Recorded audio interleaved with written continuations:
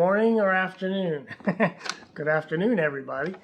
We are going to do a pet peeve video, and my special guest here. Nah, I'm messing around. So we've had some horrendous winter weather here in Tennessee, but I wanted to talk about a lot of the stuff that we heard on the news in regards to what took a lot of the power out, because the Nashville area and surrounding area had almost 300 or maybe a little over 300,000 people without power for a number of hours, sometimes days. And the cause of those problems, and why is this a pet peeve? We'll get to that. Should I pet my hair? Yes. While you're talking about your pet peeves? Yes. You know, that's a thing sometimes. Okay, I'm going to continue on. But a lot of what knocked the power out were trees. Snapping. There's this thing going around called tree explosion. And if you look it up, it's really not an explosion of the tree. It's just the water in the tree is freezing and it's expanding the tree and making it crack. That's a tree stranger phenomenon. Yes. If you ask me. Yes, and it can crack the trees and cause them to weaken and break, especially in the wind and the heavy ice that's on the limbs and whatnot. And that can happen. But to say that the tree actually explodes, I think that's an overstatement. A little bit of an exaggeration. I've never seen a tree that depends. explode. Maybe you might say that if you were standing there watching it happen. Well, yeah, it can splinter and fall apart and peel, and it'll look like an explosion, and maybe that's where the word comes from. But they don't actually blow up, is all I'm saying. Put dynamite in there and you'll see a difference. But anyway. Okay, well, I haven't seen it, so I'm not going to say that the exploding is not the right term. Okay. See? It just sounds more impressive. It does. You know, we got to go with that. So my question and my pet peeve is this. Are these trees, some of them at least, being unmaintained? I know the power company drives around. They did it in Florida. They do it here too. They drive around and they trim the trees during the summer and the spring and fall and trim them off the power line. So they're not a problem. So when you remove that limb weight on that side of the tree, the propensity of that tree to fall on the power line is kind of abated. It's going to want to fall the other way because of the limb weight of the tree. Now that doesn't always happen, and the wind can push the tree into the power line, absolutely. And you're not going to alleviate all the trees from hitting the power line. That's true. But 300,000 people without power because of trees, that's a lot of trees.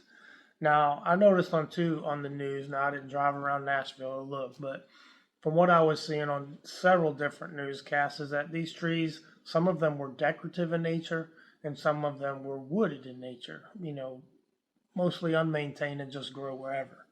But my question and my pet peeve has always been, how come those trees or most of those trees were not maintained or cut back? Now, you know, I don't think Florida gets it right most of the time, but they do get this right. They're good at storm recovery. They're good at power recovery. They're very fast, and they've had a lot of practice. But when they cut trees, and particularly the palm trees, they shave them, and they call that a hurricane cut, where they almost shave it straight up with a very few limbs. Now, I don't know that you can do this with a regular tree without killing it, so I'd have to ask an arborist, but should they be maintaining these trees maybe a little better if they have the propensity of hitting a power line and knocking out power? I mean, I like trees. Don't get me wrong. I love trees. Are you sure? I feel like when you drive past them, you just have a chainsaw noise running in your brain thinking, what could I do here? Where can I cut that tree? And I know I've been talking a lot about tree cutting here on the property, but what I try to do is get the undesirable trees away from my structures. You can still enjoy the peacefulness of the trees and not eradicate all the trees. I'm not eradicating all the trees by any means.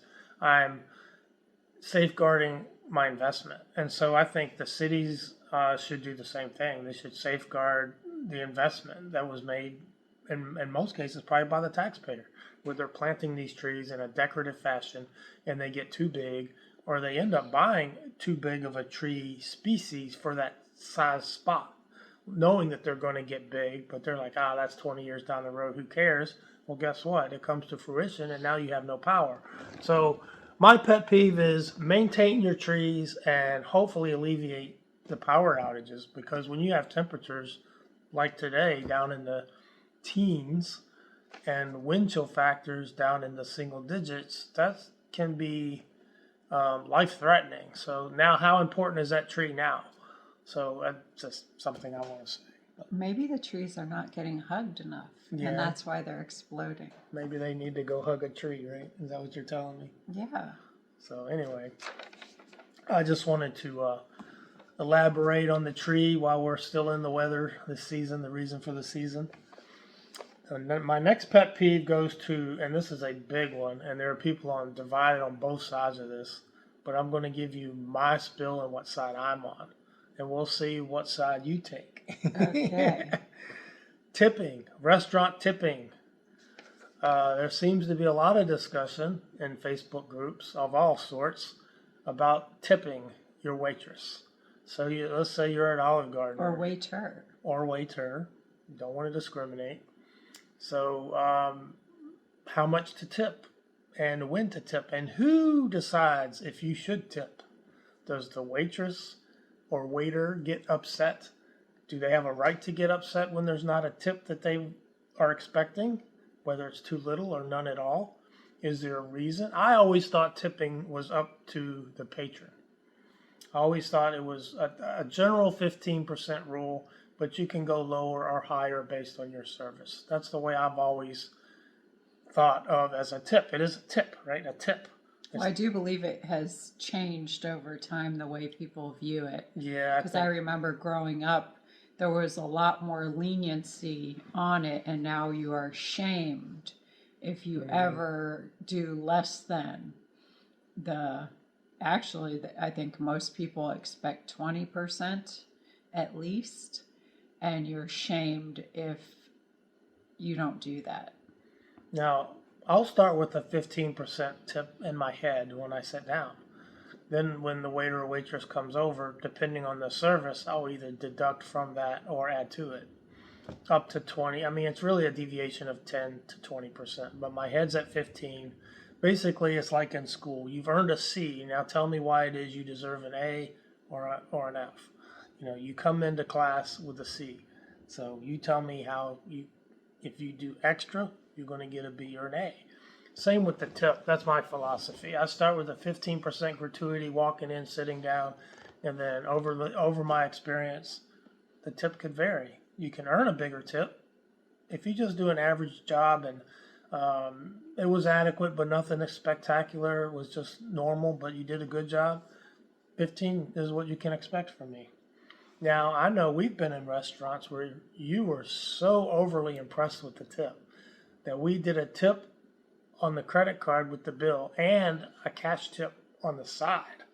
I remember this one was a Waffle House in Gainesville, and you really liked that lady. I know we tipped her in the bill, and then you gave her an extra $20, I think, on the side. You just handed her the cash as we walked out, and she appreciated that, and that's great. But waitresses and waiters don't expect that when you do an average job. This lady just went above and beyond, and we thought she was actually like part of our group. Well, the reason I do that sometimes is there are times that God puts it on my heart, as well as they did in Spectacular Job. Just some reason that I just feel that God has placed on my heart to give that person a little extra money. So that's what I do when God puts it on my heart. But they did do a really spectacular, out of the way job on top of that. Right. And sometimes if we feel like the waiter or waitresses maybe having a bad day, it's just the mannerisms, like maybe how they're serving the tables around us or how they're interacting with the people in the back if you're sitting close enough to the kitchen. Sometimes you can see, I really like to help them out. They seem like good people. They're just having a bad day. And sometimes we'll tip a little more towards that, thinking that's what's happening. Now, my mindset has always been the 20%. I've never really looked at 15, but I know I tend to tip higher than you do. You do, yeah. But I mainly, I've known a lot of servers and been friends with a lot of servers throughout my life, and really good ones too. And I know that I've seen them sometimes single moms that do a really good job, and there's days where they just don't get tips at all, and they do hard work. And I've seen the amount of stress holding that tray with all the plates does for their back and their bodies, and they go home hurting at night, and they didn't get like any tips. So can you imagine doing a large heavy shift and you went home with $20 in tips? So I've seen that angle of it too before. So I tend to be more generously minded because of the friends I've had in the industry. Yeah. Now, how about situations where I've seen videos of pizza delivery? We'll say guys, because in this case, I'm thinking of the guy of the video, but the pizza delivery guy, and then the guy doesn't give him a tip, and it's a blizzard, it's cold. Should he have tipped? Yeah, he should have tipped. Well, yeah, of course. Yeah, but the guy leaves with the pizza and doesn't vend the pizza to the No, patron. Now, you that's can't wrong. do that. You can't That do is that. wrong. They paid for the pizza. Yeah, I've done delivery pizza driver jobs before, and I've had instances where there was like 11 cents left, and they're like, yeah, keep the change. And I'm like, no, clearly you need it more than I do. So you take that 11 cents. I insist. Make them feel bad. I don't know that they do feel bad at all, but sometimes you can see that people just don't have the money to be tipping, which I don't know why they're ordering it then in the first place. Right. But I think it's kind of cruddy to not, at least give a buck or two to the pizza driver and do that. I've had it happen a few times, but I don't act any differently than I normally would have in that instance.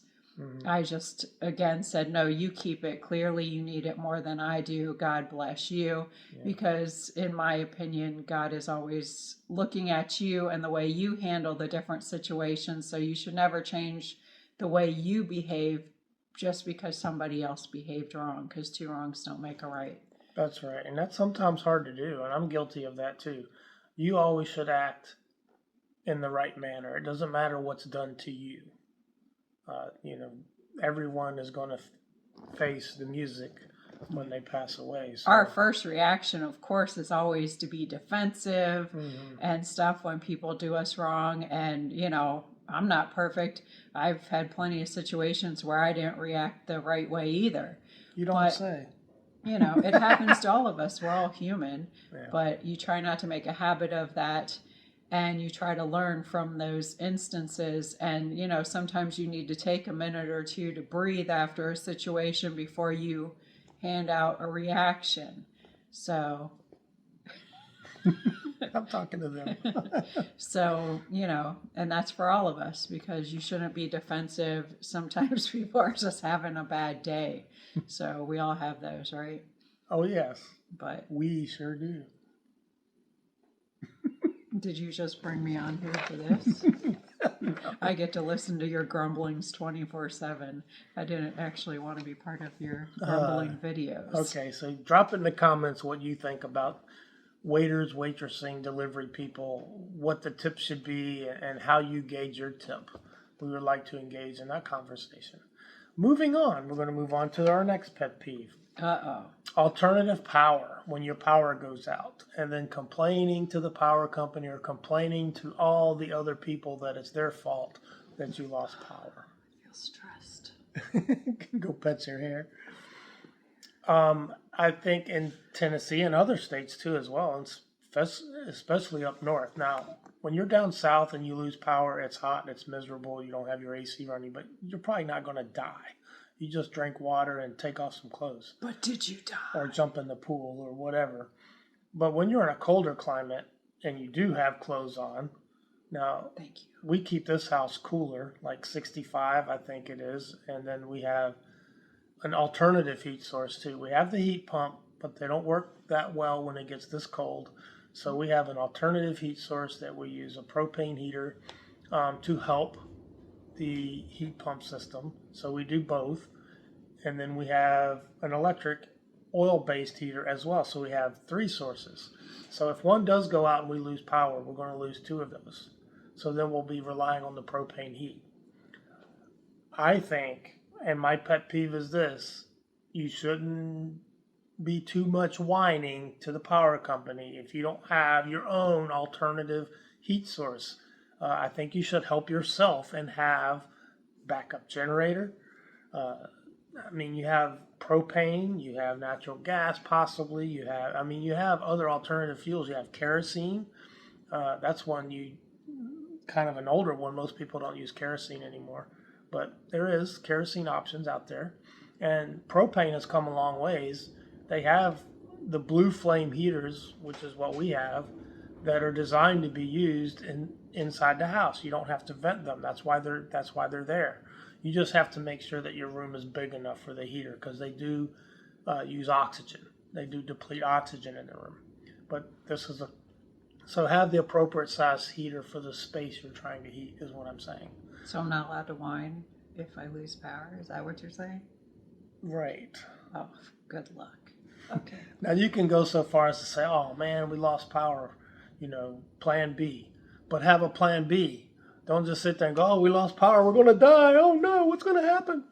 I better have those little toasty hands and toasty feet things to put in my gloves and my socks. Those would be backup plans. That's called a backup plan. All right, I got a backup plan. Now, unfortunately, we sold our little Honda suitcase generators we had at the campground, and I wish I hadn't.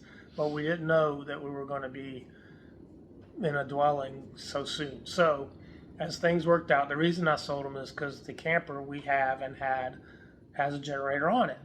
So, in an emergency, if we were to run out of propane, or if we were to be out of power for an extended period of time and we had the refrigerator to be concerned about, then what we would do is just run the generator on the coach and run an extension cord over and just plug in.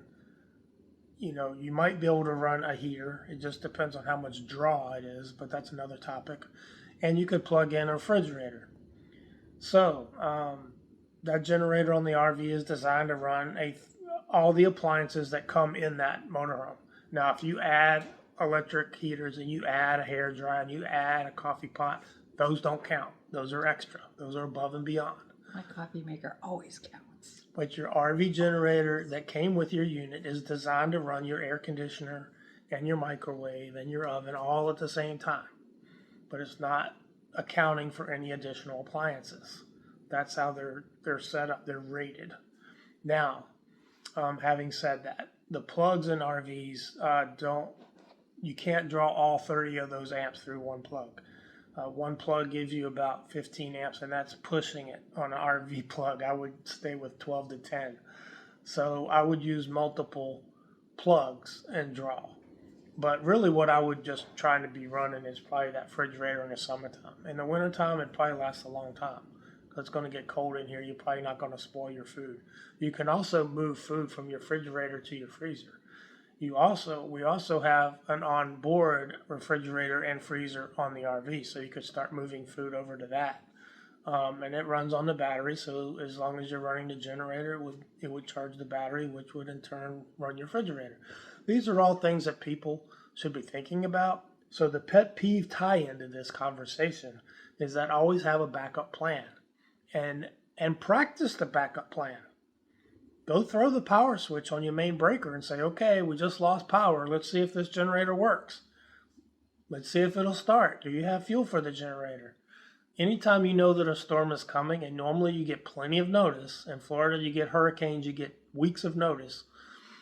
Here, a storm can come within normally days of notice, but you'll certainly get hours of notice, enough time to get the required supplies. Now, don't wait till the last minute, because everybody's going to be running to get those supplies at the same time, and stores are going to run out, and people are going to overbuy and over exaggerate and buy too much. And the whole thing with the toilet paper during COVID, do y'all remember that? That's how people react. Oh, I got to get gas. I got to get a whole bunch of gas. Don't do that. Have it ahead of time. I know I keep a close eye on that propane bottle because I have one bottle, a 40-pound bottle, so I watch it. I can tip it, and I've learned to measure what the weight needs to be when I need to get propane based on usage. Now, the next 3 days are going to be very cold, so I'm keeping a real close eye on it. So if that bottle gets really light and we have another night to get through, I'll probably disconnect it, run and go get some propane. In addition to some other things we need in town, because I don't like to make one trip for one item. That's just how I am. Efficiency. You roll your eyes. There you go. So have a backup plan and It's a lot to deal with. alternative power. So power outages, I think a lot of those could be diminished if people just plan better. So that's my pet peeve. Be a good Boy Scout, Girl Scout, and plan ahead. Have a plan B, have a plan C. Here's another one. You go to make a phone call and you're having problems, let's say, with your phone service or whatever. Well, if you're on the phone, I guess you don't have a problem with your phone service. Let's say your internet service, you want to call them. I'm just using this as an example. You go through the touch tone because very rarely do you actually get a person to answer the phone on the other end. You have to go through this whole menu of selections from the AI operator. So first they want to authenticate your phone number. Then they want to authenticate your account number. So you enter that information and then you finally get to someone to help, an actual person you're talking to. And then they ask you for all the same information again. They ask you for your account number, your social security number, your last four or whatever. Didn't you just do all that when you first called them? Why are they asking me this again? Redundancy. So I have a problem with the inefficiency of redundancy when you're calling these places. First they want to authenticate you calling the call center, and then when you finally reach a person, they're going to authenticate you again by asking you the exact same questions you already answered. So they need to tie those systems together so when that person is on the line, it's like, okay, Mr. Granger, I can see we have you pulled up and you've been authenticated in our records. If they want to maybe authenticate a second authentication, but don't ask the same question. Maybe authenticate the address or something. Pick something else, a zip code, just as a double authentication of who they're talking to. But don't redundancy ask the same questions you've already answered. They're hoping you hang up. I guess. I think that's what Maybe it is. we need some questions to authenticate them.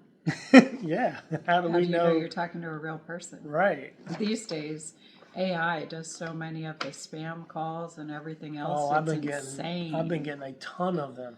And all of them have recently been about consolidating your IRS debt. It's like, what IRS debt?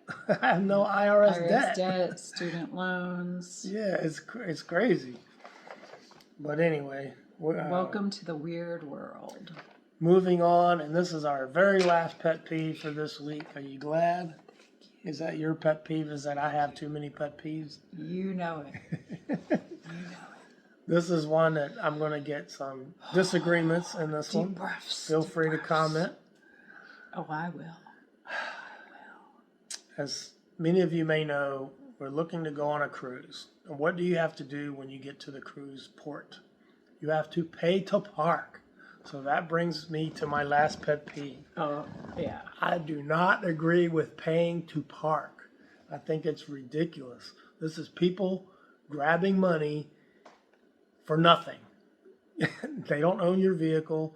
You're not using your vehicle. You may not even be near your vehicle, but you're just going to place it there for a period of time in order to render services. Now, are you saying pay to park altogether or paying to park at a facility where you've already paid to use their services or admission or whatever? Glad you asked. Good question. For me, it's both, but more so at this port. We'll use that as an example. You could use any theme parks, Disney, all Yes, of those, all because of you them. pay for admission, then you pay to park. I call that double dipping. It is double dipping. I think if you paid for the admission, they should provide the parking or include it in their ticket, because how else are you going to get there if you don't park? I guess you could be dropped off, which will cost more than parking, but they do it in Gatlinburg too, that's an area where it depends. If you drive all the way to the attraction, you might pay to park. But they do have free shuttle services from parking areas that are free. So I'm okay in that instance because what they're trying to do is to alleviate traffic at the attractions, and I get it. It's a safety concern, and they're trying to get more people to use the shuttle, and they should. I think that's a good way of doing it. Well, I think the parking lots around there, and I understand parking lots around different places charging for parking because that is their business, but do they have to charge such a hella big price? Yeah, they do. They charge $20 a day, and then you have to be gone by a certain time. So you don't even get a full day. You don't get a full 24 hours. You just get the day. It could be 6 hours, 4 hours, 2 hours, 8 hours, whatever. Overall, there's a whole lot Right. of greed in this world, and that's a whole nother conversation for a whole nother day. So at the port, I've got a couple issues with the parking at the Port Authority in Port Canaveral. But first off, you're paying thousands of dollars to go to these cruises, and they nickel and dime you to death. If you want to drink beverages that are outside of tea, coffee, and water, you're going to pay. Yeah, for soda too. Right, you pay. Not just alcohol. So I think when you pay one price for the cruise, it should be incumbent on everything. Internet. It should all be included. I don't get it. They want to nickel and dime you. So you might pay $1,500 to go on a cruise, but by the time you add Wi-Fi and maybe beverage package and this They package, have picture packages, spa packages, spa you have package. your offshore excursions. you can end up spending $5,000 on a cruise that started out, $1,500. Towel boy expense. Yeah, and then your tip your person in your you room. gotta do Isn't that your job to clean the room? tips. And what if you're cleaner than most people? Like cleaning up a room that was trashed by a bunch of party goers. I understand you're earning your money there because that's nasty. But people who are clean and even put their towels and fold them back up and don't really need a towel exchange every day and don't need their bed made every day because you're only on the cruise 5 days anyway. I'm not really sure how the cruise line pays those people to Yeah. understand the gratuity end of it. I just know everything is just so It's this excessive. piece, that piece, and, It's excessive. and then people start buying all these different creature comforts for the time that they're there. So, And even if you pick your own room, you pay more than if you let them pick your room. yeah. Every little thing. It's the same as when you fly on different airlines. You can pay to pick your seat. You can pay to board early. You can pay. There's all those different things as well. It's just, I don't know. I guess if you can be flexible and not need all those creature comforts and just live kind of minimally, you'd be better off. But It always kills me on a plane. You just got on the plane in first class. It's like a priority to get them their beverages. You just got on the plane. You shouldn't be hungry. You shouldn't be thirsty. You shouldn't have to use the bathroom. You just got on the plane where all of those services were much cheaper before you get to the airport. So don't go to the airport having to use the bathroom and being hungry, especially on a domestic flight. How long does the longest domestic flight is what, 4 or 5 hours? maybe. But I see people get on these 1.5 to 2 hour flights and they gotta get the booze. They gotta right get away got to get the liquor drinks, going. the snacks, all of it. Why? You can't go 2 hours without a drink? You've got a drinking problem. I pulled you off your cruise pet peeve to include the airlines. Yeah, why not? It's all a pet peeve. So I know when we go for the cruise, we're not going to have any offshore excursions. No. We're not getting the Wi-Fi. We're not getting pictures. We're not getting the bubbly soda package. It's just going to be whatever's included. And I'm actually looking forward to no Wi-Fi Yeah. and being disconnected because in my opinion, that should be the point of your vacation is to be disconnected and just relax and have fun and not busy yourself up with running all over the place and doing way too much. So I'm looking forward to being unplugged personally. Yeah, and so I'm I wanting don't know to. if he can handle it, but we'll No, see. I think it's good. I think unplugging is part of what's been our problem maritally. Is that sometimes I tend to be too plugged, and so I'm kind of letting go of Shoreline to Driveway for right now and focusing on doing mutual videos with Madam Mayor. So look for more stuff to come here and less stuff to go there. So that's kind of the direction we're heading. And a lot of people, when you say unplug, they just think of the one thing. But there's so many other things on the phone that you're plugged in on texting constantly, on Facebook constantly. Yeah. So, someone's like, oh yeah, I can do without that certain thing, but they're still going to be they're still going to be on Facebook all the time. They're still going to be messaging this person on Messenger and texting. And you have to message people and do those things, but what a lot of people don't understand is when you're in the company of somebody, they're in your here and now. And when you're texting somebody, they're not. So can't those people you're texting wait? I get really annoyed, and here I'm going to throw in a pet peeve here. Okay. So I get really annoyed when I'm standing in the here and now and I've got somebody texting somebody constantly and I'm over here waiting because they can't multitask. So you're not allowed to speak if they're texting. So you have to sit there and wait for them to be done texting somebody to ask them a question about something or this and that. Well, buddy, I ain't sticking around. I ain't got half an hour to wait for you to quit messaging this person for me to ask you something. So I'm going to get seriously annoyed and I'm going to walk off, and you can enjoy your day at that point because now I'm disconnected with you. Ooh. Because you chose to sit there and talk to that person instead of letting them wait while you answered my question when I'm in your here and now. And yes, I do demand that. And for a long time, I overlooked that, and I will never do that again. Now, nope. Since we're using us as an example, Okay. My defense of that is I'm in a thought.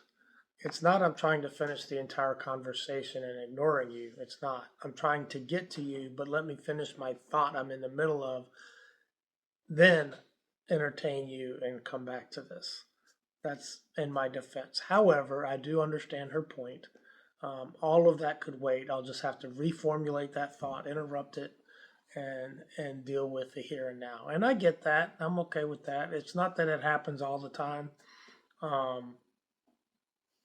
It doesn't happen anymore. Okay, so we both had to make adjustments, and adjustment is good. That's what you're supposed to do. Life changes things, and you have to be able to adapt and change. And she has a point that whatever I'm texting, there's really only two people that I text on a regular basis. Now, I understand there are circumstances where it is. Right now, you have to communicate with somebody. There's important things, and I understand levels of importance. Yeah. But when you're just talking to somebody about something non-important, and you talk to that person all the time, like that can wait. Like if I'm out doing an event with you and we're out enjoying something and you got to be texting somebody pictures of what's going on every second of your time, that's annoying because I'm supposed to be here with you enjoying something. Yeah, and that's a good point. That's a good point. You can wait to send them those pictures later on in the day. Sometimes, people just aren't giving the people that are in their presence the value that they should and giving them the first bit of their attention. So I find that to be annoying. And that happens to many people. I see it all the time. People are out with each other doing stuff and everybody's just on their phone and they're not enjoying each other's company. Yeah. It's kind of sad. So on the cruise, we will be doing some videoing on the cruise, but we may not be able to be doing any uploading while we're on the cruise. We're not going to spend time doing that. You spend a lot of money to go on these cruises. And so what we want to do is enjoy the free things on the cruise. And there are a lot of free things. I do like coffee and tea and water, so those things are fine. I'll drink them in plenty. And it's only a 7-day cruise, which really isn't a whole 7 days, which is another soapbox. It's really like 5 days because you get on the cruise in the afternoon or evening of the first day, and they count that as day one. But it's not a whole day, it's only an evening. And then you have your 5 of the 7-day cruise, and then on the last day, you're coming back in the morning. So that whole day is shot, but they count that as a day on the cruise. So if you have a 7-day cruise, you're really only getting 5 days on the cruise, 5 full days plus a morning and an evening. So that's kind of a gimmick too, that whole thing. A 7-day cruise, it's really a 5.5-day cruise. But that's another pet peeve. But you see how all these companies, they promote everything to the nth. You can do this and this and this and this and this. What they don't tell you is, each one is going to cost you. So on this whole parking thing at the port, it's $20 a day times 7. That's $140 if my math is correct. I think for $140 I can park away from the port and get a ride to the port and save money. Are you going to put out your thumb? If I have to put out my thumb, I will. But in our specific case... Well, I don't know how I'm getting there then. I'm not doing that.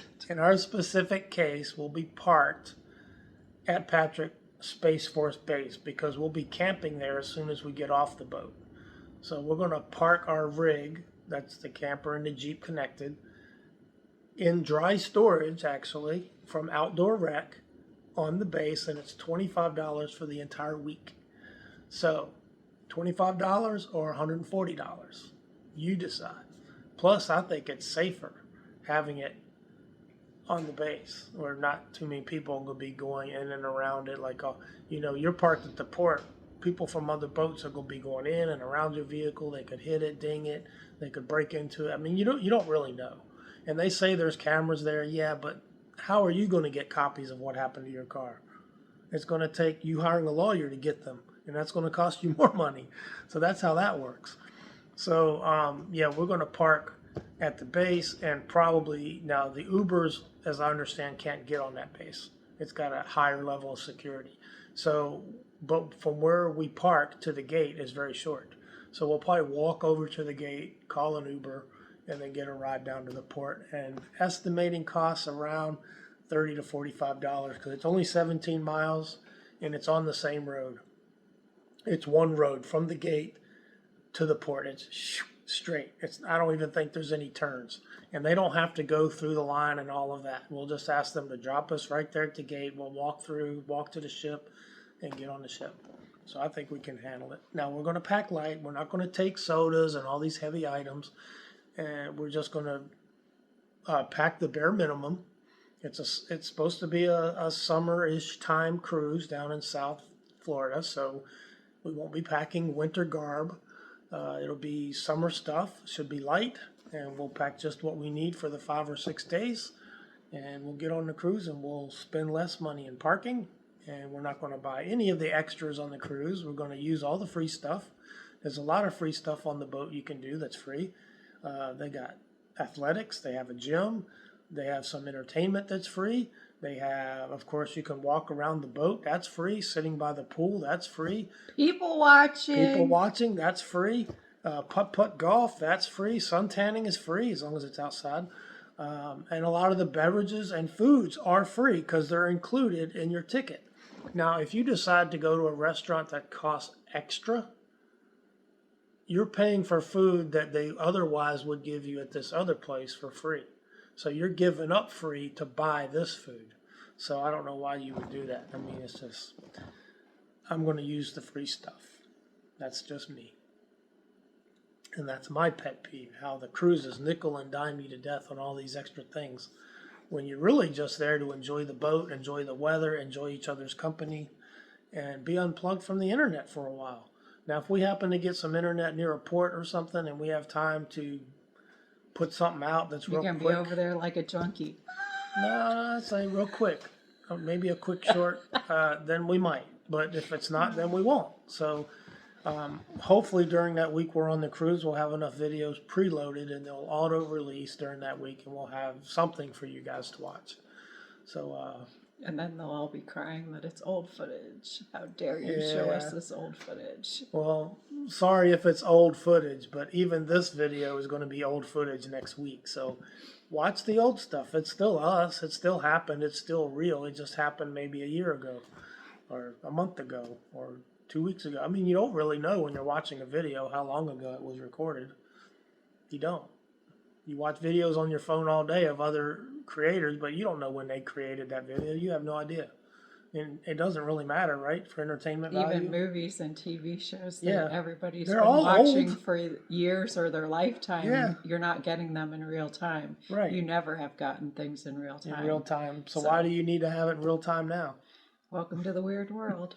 Even when a brand new movie hits the theaters, they recorded that movie like a year ago or 9 months ago or something. It just got released. That's all. Videos is no different. You record an event, you save it, you either put it out now or put it out later. It's the same thing. So that's our pet peeve. So you have anything else to add? No. So we always get on these things and thinking it's going to be 15, 20 minutes, and I can see it's 42 minutes. So this could be 2 videos. So look for maybe 1 and then a part 2. So No. anyway, no Nope.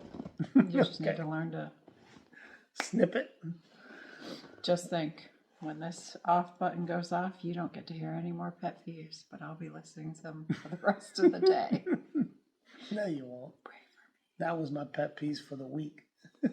Oh, I've got this recorded. We'll see. We're going to cut this end off. Anyway, enjoyed having you guys with us.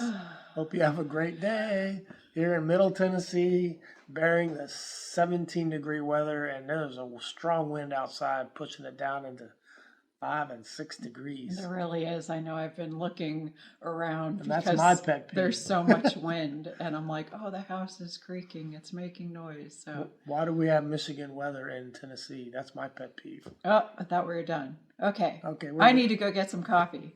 Love you guys. Thanks for listening to all of this, and we'll catch you next time.